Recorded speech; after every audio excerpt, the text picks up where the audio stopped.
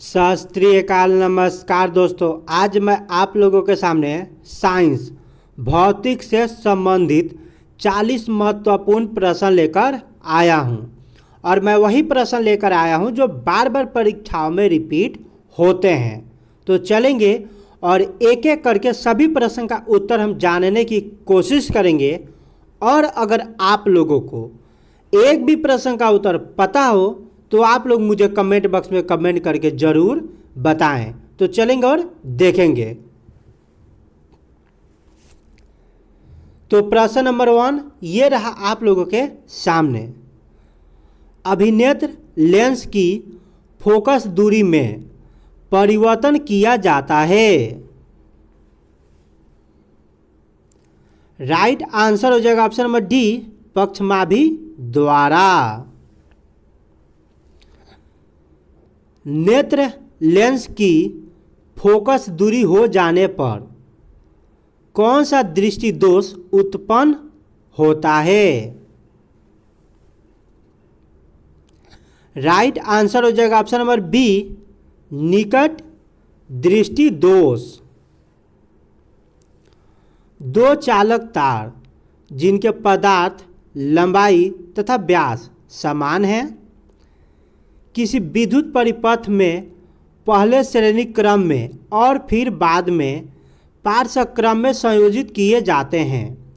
श्रेणी क्रम तथा पार्श्व क्रम संयोजन में उत्पन्न ऊष्माओं का अनुपात क्या होगा। राइट आंसर हो जाएगा ऑप्शन नंबर सी, 1:4। यदि ए और बी दो प्रतिरोध पार्श्व क्रम में जुड़े हो तो उनका समतुल्य प्रतिरोध होगा। राइट आंसर हो जाएगा ऑप्शन नंबर डी, ए और बी दोनों से कम। यदि किसी चालक के ताप में परिवर्तन ना हो तो उसमें से प्रवाहित विद्युत धारा उसके सिरों के बीच आरोपित विभवांतर के समानुपाती होती है, यह कथन है। राइट आंसर हो जाएगा ऑप्शन नंबर सी, ओम के नियम का। किलोवाट घंटा मात्रक है। राइट आंसर हो जाएगा ऑप्शन नंबर ए, विद्युत ऊर्जा का। जूल कूलाम बराबर होता है। राइट आंसर हो जाएगा ऑप्शन नंबर ए, वोल्ट के। एम्पियर घंटा मात्रक है। राइट आंसर हो जाएगा ऑप्शन नंबर सी, आवेश का। किसी विद्युत धारावाही सीधी लंबी परिनालिका के भीतर चुंबकीय क्षेत्र होता है। राइट आंसर हो जाएगा ऑप्शन नंबर ए, सभी बिंदुओं पर समान होता है। वैद्युत चुंबकीय प्रेरणा की घटना होता है। राइट आंसर हो जाएगा ऑप्शन नंबर सी, कुंडली तथा चुंबक के बीच अपेक्षित गति के कारण कुंडली में प्रेरित विद्युत धारा उत्पन्न करना है। डायनेमो बदलता है। राइट आंसर हो जाएगा ऑप्शन नंबर सी, यांत्रिक ऊर्जा को विद्युत ऊर्जा में। किसी एसी जनित्र तथा डीसी जनित्र में एक मूलभूत अंतर यह है कि। राइट आंसर हो जाएगा ऑप्शन नंबर डी, एसी जनित्र में सर्पी बल्य होते हैं जबकि डीसी जनित्र में दिक् परिवर्तन होता है। लघु पथन के समय धारा का मान होता है। राइट आंसर हो जाएगा ऑप्शन नंबर सी, बहुत अधिक बढ़ जाता है। चुंबकीय क्षेत्र का एसआई मात्रक होता है। राइट आंसर हो जाएगा ऑप्शन नंबर सी, टेस्ला। विद्युत परिपथ में विद्युत फ्यूज जोड़ा जाता है। राइट आंसर हो जाएगा ऑप्शन नंबर बी, विद्युन्मय तार में। सौर पैनल का निर्माण होता है। राइट आंसर हो जाएगा ऑप्शन नंबर बी, अनेक सौर सेलों के संयोजन से। अनवीकरणीय ऊर्जा का स्रोत है। राइट आंसर हो जाएगा ऑप्शन नंबर सी, कोयला से प्राप्त ऊर्जा नवीकरणीय ऊर्जा का स्रोत है। राइट आंसर हो जाएगा ऑप्शन नंबर बी, सौर ऊर्जा। पवन द्वारा विद्युत उत्पन्न करने के लिए पवन की न्यूनतम चाल होनी चाहिए। राइट आंसर हो जाएगा ऑप्शन नंबर डी, 15 किलोमीटर प्रति आवर। जब प्रकाश की किरण हवा से कांच में प्रवेश करती है तब मुड़ जाती है। राइट आंसर हो जाएगा ऑप्शन नंबर बी, अभिलंब के निकट।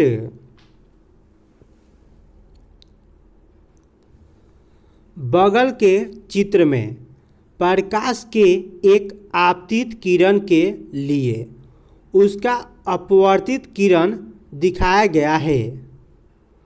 बताएं कि माध्यम 2 है। राइट आंसर हो जाएगा ऑप्शन नंबर ए, सघन माध्यम।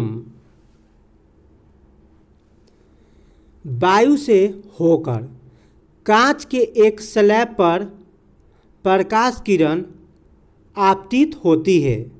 आई यदि आपतन कोण तथा आर यदि अपवर्तन कोण हो तो स्नेल के नियम के अनुसार राइट आंसर हो जाएगा option number B, sine I sine R बराबर वायु की अपेक्षा कांच का अपवर्तनांक। किसी माध्यम का निरपेक्ष अपवर्तनांक होता है। राइट आंसर हो जाएगा ऑप्शन नंबर ए, निर्वात में प्रकाश की चाल बटे माध्यम में प्रकाश की चाल। प्रकाश की एक किरण n1 अपवर्तनांक वाले माध्यम से n2 अपवर्तनांक वाले माध्यम में गमन करती है। यदि I आपतन कोण और R अपवर्तन कोण हो तो साइन I बटे साइन R बराबर होगा। राइट आंसर हो जाएगा ऑप्शन नंबर डी, n2 बटे n1 के। कांच की एक आयताकार पट्टी से होकर जाने पर आपतित किरण तथा निर्गत किरण में क्या संबंध होता है? राइट आंसर हो जाएगा ऑप्शन नंबर बी, वे एक दूसरे के समांतर होते हैं। कांच के आयताकार स्लैब से प्रयोग करने पर प्रकाश की एक किरण के लिए विभिन्न कोणों के मान चित्र में दिखाए गए हैं। बताएं कि निम्नलिखित में कौन सही है। राइट आंसर हो जाएगा option number C, R less than E. कांच के एक आयताकार स्लैब से गुजरने के बाद आपतित और निर्गत किरणों के बीच पार्श्विक विस्थापन स्लैब की मोटाई। राइट आंसर हो जाएगा ऑप्शन नंबर सी, के समानुपाती होती है। जब एक उत्तल लेंस से 25 सेंटीमीटर की दूरी पर एक वस्तु को रखा जाता है तब उसका एक काल्पनिक प्रतिबिंब बनता है। लेंस की फोकस दूरी होनी चाहिए। राइट आंसर हो जाएगा ऑप्शन नंबर सी, 25 सेंटीमीटर से अधिक। किसी लेंस में मुख्य फोकस की संख्या होती है। राइट आंसर हो जाएगा ऑप्शन नंबर डी, 2। एक उत्तल लेंस होता है। राइट आंसर हो जाएगा ऑप्शन नंबर सी, किनारों की अपेक्षा बीच में मोटा। किसी उत्तल लेंस की फोकस दूरी हमेशा होती है। राइट आंसर हो जाएगा option number A, plus VE. Photographic कैमरे का अभिदृश्य होता है।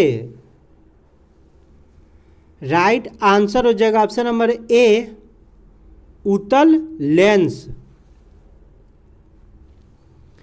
एक उत्तल लेंस की फोकस दूरी का मान निकालने के लिए निम्नलिखित में किसका उपयोग करना चाहिए? राइट आंसर हो जाएगा ऑप्शन नंबर ए, सूर्य से आते हुए प्रकाश का। लेंस से किसी वस्तु की दूरी u, प्रतिबिंब की दूरी v तथा लेंस द्वारा प्राप्त आवर्धन m में संबंध होता है। राइट आंसर हो जाएगा ऑप्शन नंबर सी, m बराबर v बटा u।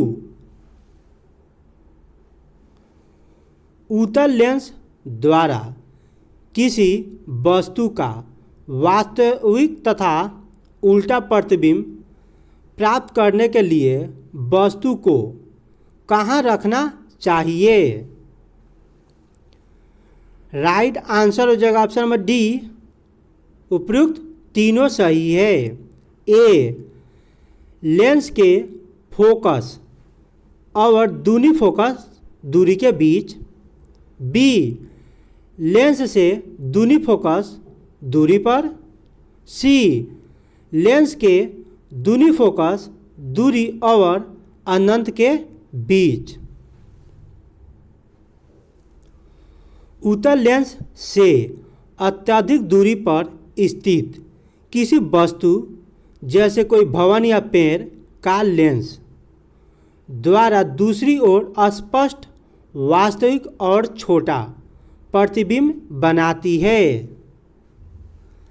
राइट आंसर हो जाएगा ऑप्शन नंबर बी, लेंस के फोकस तल पर ही। किसी पुस्तक के छोटे छोटे अक्षरों को पढ़ने के लिए निम्नलिखित में कौन उपयुक्त होगा? राइट आंसर हो जाएगा option number D, 5 centimetre focus दूरी का उत्तल लेंस। उत्तल लेंस से 4 अपवर्तित किरणों को दर्शाया गया है। इनमें कौन गलत है? राइट आंसर हो जाएगा ऑप्शन नंबर डी, चौथा। अवतल लेंस द्वारा प्राप्त प्रतिबिंब होता है। राइट आंसर हो जाएगा ऑप्शन नंबर डी, इनमें सभी सही है। ए आभासी, बी छोटा, सी सीधा। एक गोलीय दर्पण तथा एक पतला लेंस दोनों की ही फोकस दूरी -15 सेंटीमीटर है। दोनों ही संभवतः हैं। राइट आंसर हो जाएगा ऑप्शन नंबर ए अवतल। तो आज का क्लास यहीं तक था। अगर ये वीडियो आप लोगों को पसंद आया हो तो वीडियो को लाइक करें, अपने दोस्तों के साथ शेयर करें और चैनल को सब्सक्राइब कर ले। बाय दोस्तों, हाय बनाइस दे दोस्तों।